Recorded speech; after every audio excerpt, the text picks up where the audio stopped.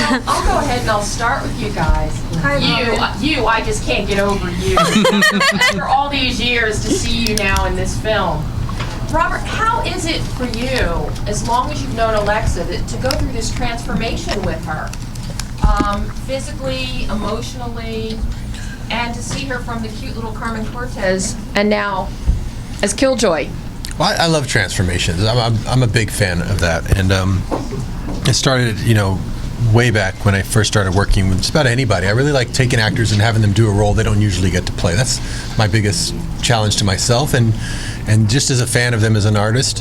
When I first worked with George Clooney, he was so good at playing a nice doctor on TV, he wasn't getting any movie role offers. So I made him a killer, like 180 degrees, and then he got all kinds of stuff. Carla Gugino, she was only 28 when she did Spy Kids, but she got sort of labeled as a mother type, because I did 3 movies in a row, successful movies with her, and she had trouble getting any kind of other offers. So I put her in Sin City, and it changed her career.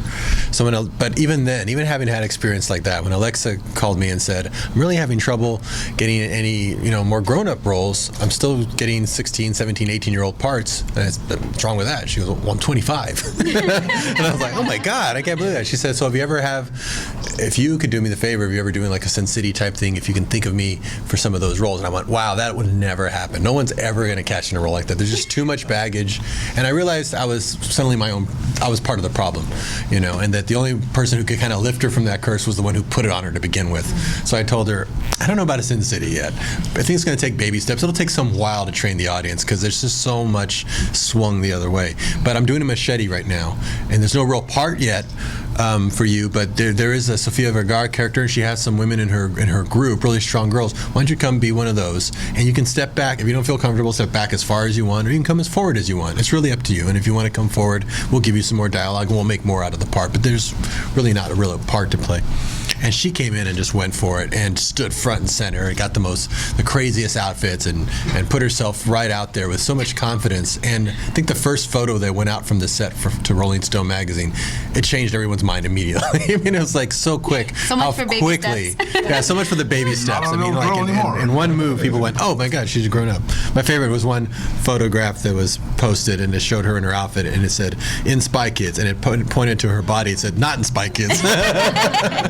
And it was amazing. She really wanted to take, and she knew that it would take like 180 degrees from where she'd been to get people to go, "Oh," and then offer all the different roles in between. Well, it's being on set with them. It's like having 60 parents watching over you, because I'd grown up with them, and I knew that if I could convince these guys that I was capable of, playing a more grown-up role, that America would be the easy part, because they're more protective of me than anyone.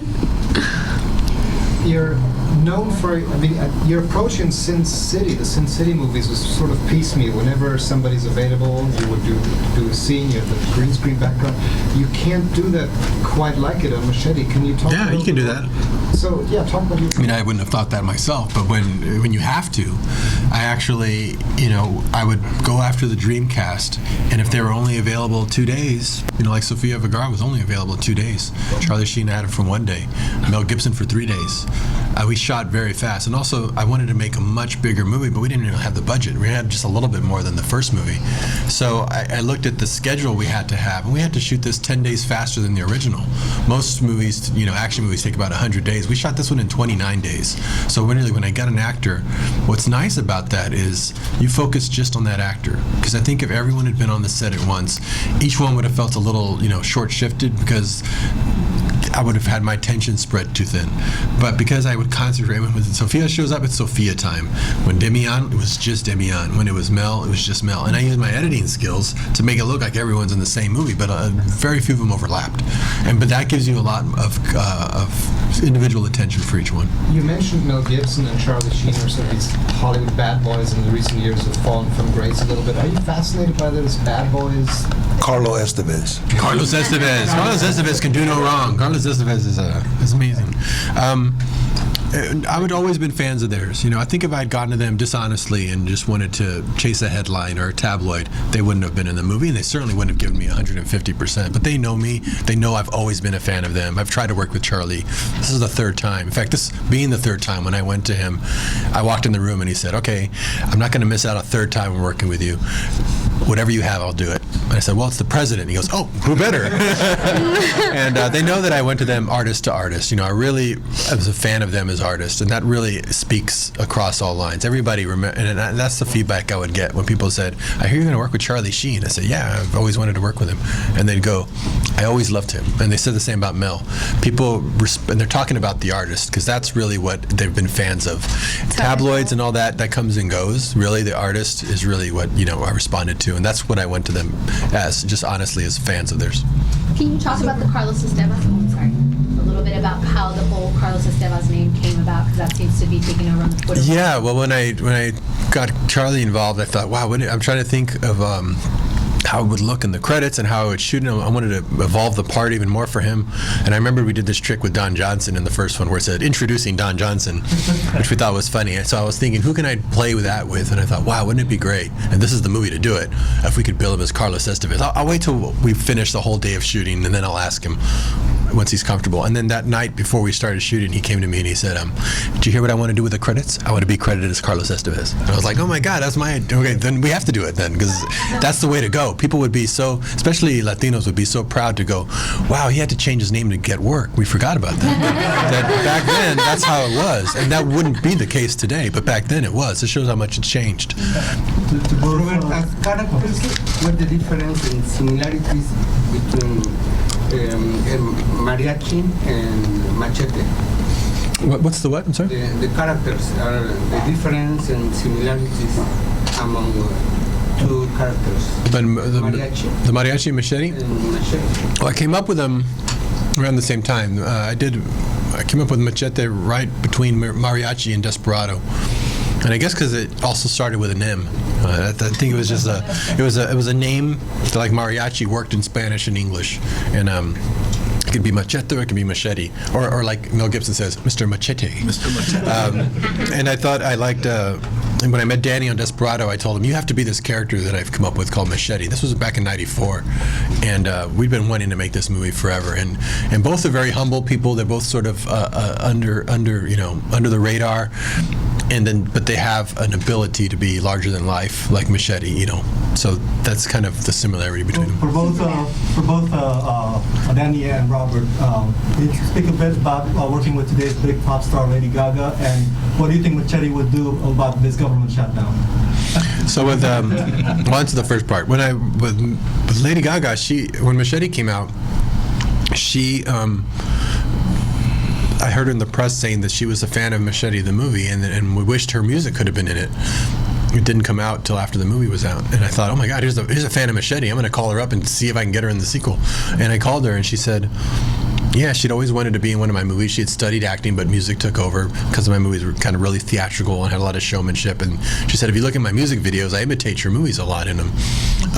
And so I told her, well, I'll write you a part. It'll be an actual part. It won't just be Lady Gaga playing herself. I'll give you lines and dialogue, and let's give it a try. Because I was a big fan of hers. I thought she was just a consummate artist. And sure enough, she's up. She's fantastic. Really amazing actress. And she was even painting on the set. I let people come paint to kind of open up the creativity, and she was awesome at that too. I think she can do anything if she wants to. And she was just really fun, and I can't wait to work with her again. She was just really captured the camera like nobody's business. It was really good. What do you think, Machete? I think Machete would go into Mexico and take all the drug money and bring it back. He would know. He's Machete. Danny, could you just talk about that awesome armored car vehicle that you had, and also the space cruisers? Jesse James. So, yeah, there was if you look up armored cartel vehicles, there was a story about there were some vehicles that were armored that were captured in Mexico, and they showed pictures of them, and they looked like right out of the Road Warrior. They were really cool. They weren't as fancy as the ones that we had. So I thought that would be an interesting vehicle to have Machete get across the border in. So I took it in El Camino to Jesse James, who lives in Austin. I said, could you make me a car kind of like this? And he designed that thing. And when it showed up, I mean, it was the real deal. He didn't make it like a movie prop. It's like if you rub your hand across it, your hand is sliced to bits. It's all rusty and metal and sharp and dangerous and heavy. And it looked like a Road Warrior car. And we had Mel in the movie. So I thought, oh my God, we got to have Mel drive the car at some point. It wasn't even in the script that way. Montoya. It is, made it kind of sort of make sense just to have him go for it. Daddy? And then what was the other one? Did you ask for another mission? Dani. Oh, the Land Cruiser. Dani, ¿cómo estás? Mi nombre es Hilda Lazar de Actualidad. ¿Qué es lo que más te gustó? What you enjoy more when you work in this movie? Besando a la Amber Heard. And then there's a lot of great action. And with Robert, it's like real. When you see him doing all those flips, and that's him. And it's like usually they do that with wires. Yeah, a man that big should not be moving the way he does. Usually it's for 5'4" guys, but it's like he was doing all those flips and all them. Wow! So it was amazing to watch. And I love being on a Robert Rodriguez movie because it's solid fun. Robert sees somebody. Where did you meet him? Did you see him? I was a fan of his from his movies that he made in Chile. He stars in his own, action movies. Mandrill, if you ever see that, he's unbelievable in that. And so I thought, if I cast him in this movie, he'll get killed off so quickly that, I cloned him in the movies just so I could have more action scenes with him. Because I wanted to keep having one scene after another. I couldn't find a better villain. This is for Danny. You've done a lot of support roles. Now this one's built around you. How much fun was it to sink your teeth into a lead role like that? Well, you know what? It's like no matter what, you're going to bring your A game. I don't care if you're an extra or if you're a day player. You better bring your A game or you're not going to be along. This just means, Robert just said, let's do this.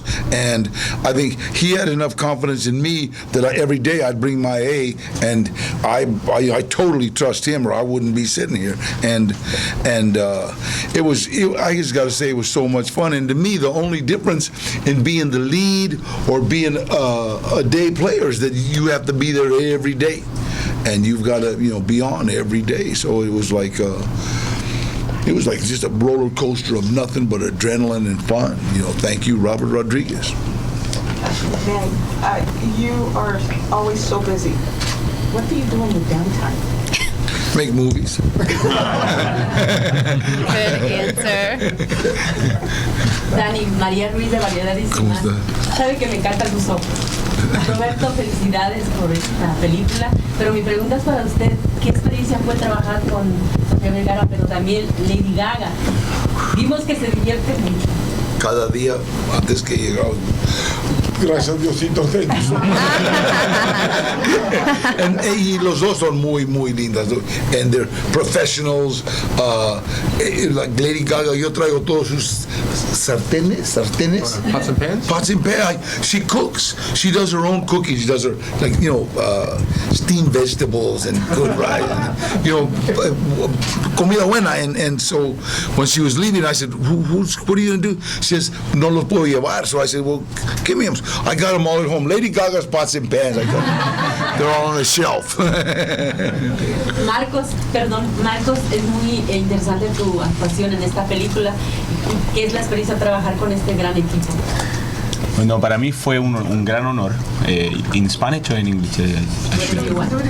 I'm both. It was a big honor for me to be chosen by Robert and have this opportunity because, like he said, we started doing movies because of watching his first movie on mariachi. So you have my friend there in Chile, really far, right? Far south, and suddenly we see this, you hear the story about Robert, and we're like, we gotta get out there with the camera and just start making movies. And a couple of years after, I received this phone call, and it's like, he's so strong, it's so strong how life, put that thing together. So imagine arriving in the set, having this experience with all these great people, and this family feeling that it's so special. It's not easy to find this. It's like people don't give too much importance to this, but it's this so important, like to what he have created about this family energy that they're just having fun. He's just doing what he loves to do, and he's being consequent of what he loves to do. It's like he don't care. He just do what he loves, and he brings people with this energy, and you feel that, and it's powerful. It's no I'm egos so on his set. thankful, so thankful for this, Thank you. Danny, this is for you. I wanted to find out. Danny goes back to when I first interviewed you for Animal Factory. You were a really humble man. You still are now. And my hat goes off to you because I like what you've done throughout the years. Robert the old Merrimack stage, Desperado. It's good to see you grow. So a lot of people come up and say, who you guys admire? And I have to go back to you guys because you guys have done a lot of work. And it's great to see the characters that you help other people come up and talk about those things. It's been great to be able to make these kind of movies where you, just being a fan of all the talent we get to work with over the years, to get to really honor their talent and give them a different kind of role to play and expand the universe of what we do. At the same time, try to inspire the audience to go make their own movies and have their own voice and just have more voices out there to represent.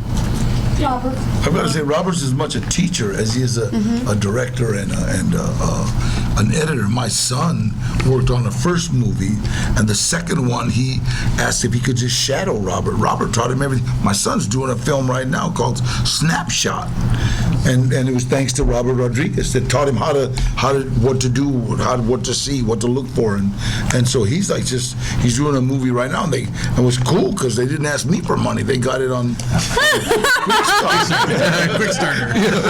Oh, that's cool, and he's co-directing and producing the film right now, and that's what he does. He's not like Hollywood. It's like there was this big secret in Hollywood. It's not. It's like an open kind of thing. We have tours coming through the studio, and it's like he will share anything, and I think that's a gift. There's a special place in heaven for teachers, and he's a teacher. Can you tell we're hungry? Robert, I'm Mabel Aragon from NBC News Radio, KCAA. Pleasure. I've had the pleasure of seeing you as a lead in different ways. But what I wanted to say is, obviously, the concept of this movie, the character of Machete, is something that you believed in a while back. It was something that you wanted to do for a long time. And I understand that early on you did a trailer that you referred to as mexploitation. Mm-hmm. That kind of caught my attention. Can you explain that a little more about what you did? It was when I was doing Grindhouse. We were going to do some fake trailers, Quentin and I told him, well, I got one for a movie that I always wanted to do. We never got a chance to do it. It was called Machete. And he thought, that's a great idea. So like a mexploitation movie. And so we made the trailer, and I thought it was just something, we wanted to see. And we kind of made the trailer, got it out there, and kind of forgot about it. And people kept coming up to us, especially Danny, and saying, you should make that as a feature. You're crazy. That's be your biggest character ever. He's been in over 200 movies, and now he's known as Machete. Because it was a very new thing to see a Hispanic action hero in a mexploitation movie, and there was never mexploitation movies. It just made so much sense that it should have existed, and it didn't. It confused people, and they wanted to see more of it. So we went ahead after a couple of years of people just saying, make that movie. We made it. And then after the first film, that took off, and people kept discovering it and asking for 2 years after that for a sequel. So we made another one, and I didn't want to wait for permission to do a third, so I kind of put a little bit of the third in this one. That way, in case there wasn't a third, I'd have the neat hat trick of having a trilogy done in only 2 movies. But do you think maybe there will be? There could be, if the audience. This series has been completely decided and desired by the audience. It's been one of the very strange movie experiences for me. One that the audience supported so much that I had to listen, and that the character wanted to come into being so much that he made himself exist. And never say never with him. Hi, this question is for Marco. This really is your breakout American role at very high-profile film, high-profile director, and co-stars. But the action is so important in this film. How closely did you work with your stunt coordinators and with Robert in developing your character and the specific stunts and martial arts moves that you were doing? Well, yes. As soon as I arrived, I was really lucky to have some very experienced stunt people. But like Robert said, there was not a lot of planning, really short shooting. So we have to being in the set and coordinate and choreograph all the fights at the spot at the moment. And I was doing options, different scenes, and then showing to Robert. And I said, I like that one. And then he, and we try to come up, improvise at the moment. So if he would have practiced, nobody would have shot. We would have watched him because it was so amazing. You know, I mean, some of the stuff he does. I've seen a lot of what he does done before, but with wires. You know what I mean? It's like a Hollywood trick, and it was like there were no wires. You know, and watching him do this was like just amazing. So Machete beats him. No, we were having a lot of fun with the fights and everything, and yeah, it was a really fun shooting. A lot of adrenaline, because I remember one moment we were shooting on the two sets at the same time. So while we're resetting in one, then the whole crew ran to the other one, shoot while they're resetting the other. So we were like days like that. He was a star of both sets. He was working both sets. It was very intense and a lot of adrenaline. Like Danny said, you know, it was three of them.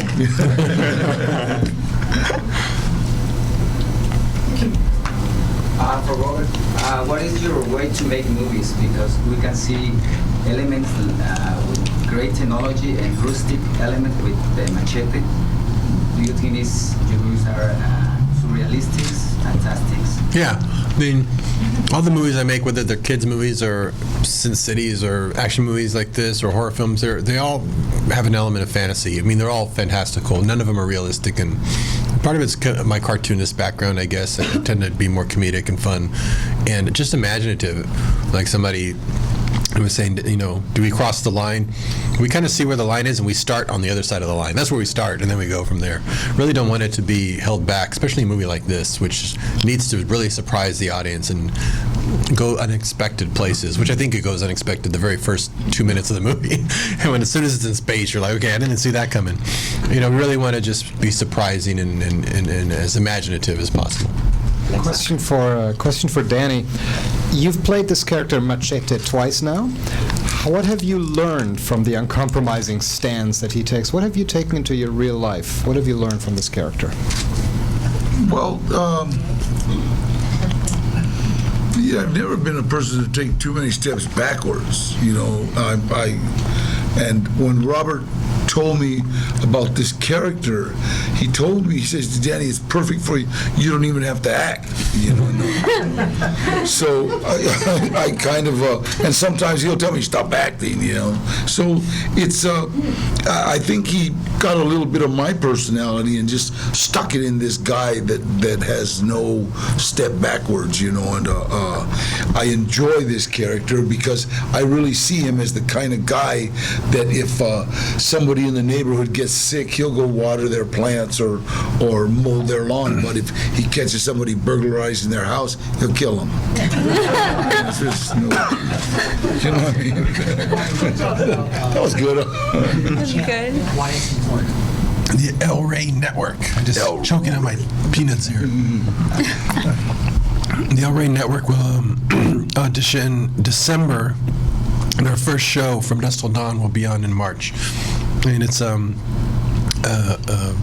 action adventure network, English language, Hispanic network, but mainstream. Just like these movies are for everybody, that's what the network would be. So I'm really excited about it. It'll be a way to discover new talent and new voices. Last question. You collaborate with your brother Marcel on this. I'm curious, was that something that you kind of, you know, at some point you thought you wanted to do, and what was that collaboration like? Was it easy? Well, Marcel and I have worked together a lot. He also co-wrote Shark Boy and Lava Girl with me, and he's been a writer on my movies a lot, and an editor and a cameraman. My sister Rebecca, my co-editor on this, she's been with me a long time, since she was 9, collaborating on my movies. This one, I needed to come up with a script pretty quickly because we're going to go into Sin City 2, so I enlisted his help. And it was just fun, just sitting around with your brother, coming up with the story. Really, in a couple of weeks, we knocked out the whole, like a 40-page script that we then gave to Kyle Ward to finish out the script. And it's just a blast because when you work with somebody that you grew up with, you have the same references, you have the same interest in film references of things that you grew up with that you like, and so we kind of found it pretty fast when you have someone to bounce it off of. It's harder when you write by yourself.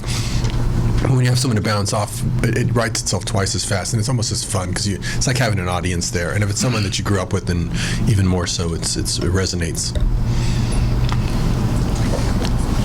Marco, ¿cuánto tiempo te toma a ti prepararte para la película? O sea, ¿cuánto te... 2 minutos. Yo sé que eres un artista marcial y... Sí, bueno, he entrenado... How did it take for him to prepare for? I'm just translating for the movie.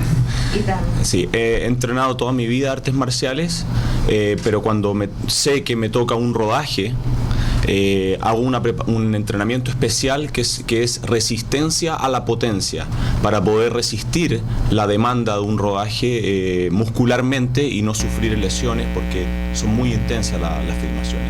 Entonces son varios meses de preparación muscular para poder resistir un rodaje, entre 3 meses más o menos, con dieta, with a special diet y todo eso. As martial artist, I train all my life, but before a shooting, because it's so intense, there's like 3-month prep. Like when you prepare for a fighting or for a tournament, it's the same thing. For me, a movie is kind of the same demand, because you're shooting the whole day, non-stop. So to prepare the body, it takes like at least 3 months, really high intense training with a special diet and everything, to be able, your muscles don't get hurt, and you're able to resist the shooting.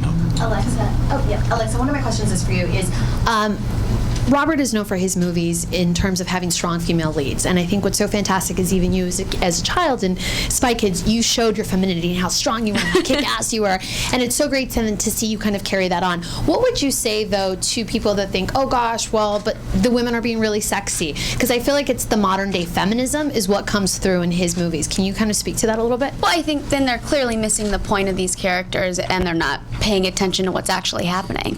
All of these women are either protecting something or standing up for something that they believe in, and Robert has always done that with every single one of his films, from his kids movies to his more grown-up films. And I think that's why when making this transition, I felt most comfortable and confident and trusting with Robert to do that.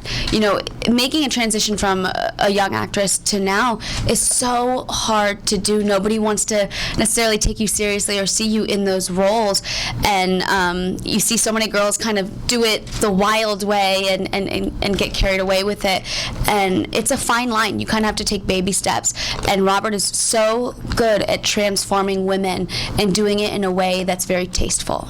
And there are no damsel in distress in this movie. Oh, no, we are all strong, confident women. Perfect, thank you. Thank you. Thank you.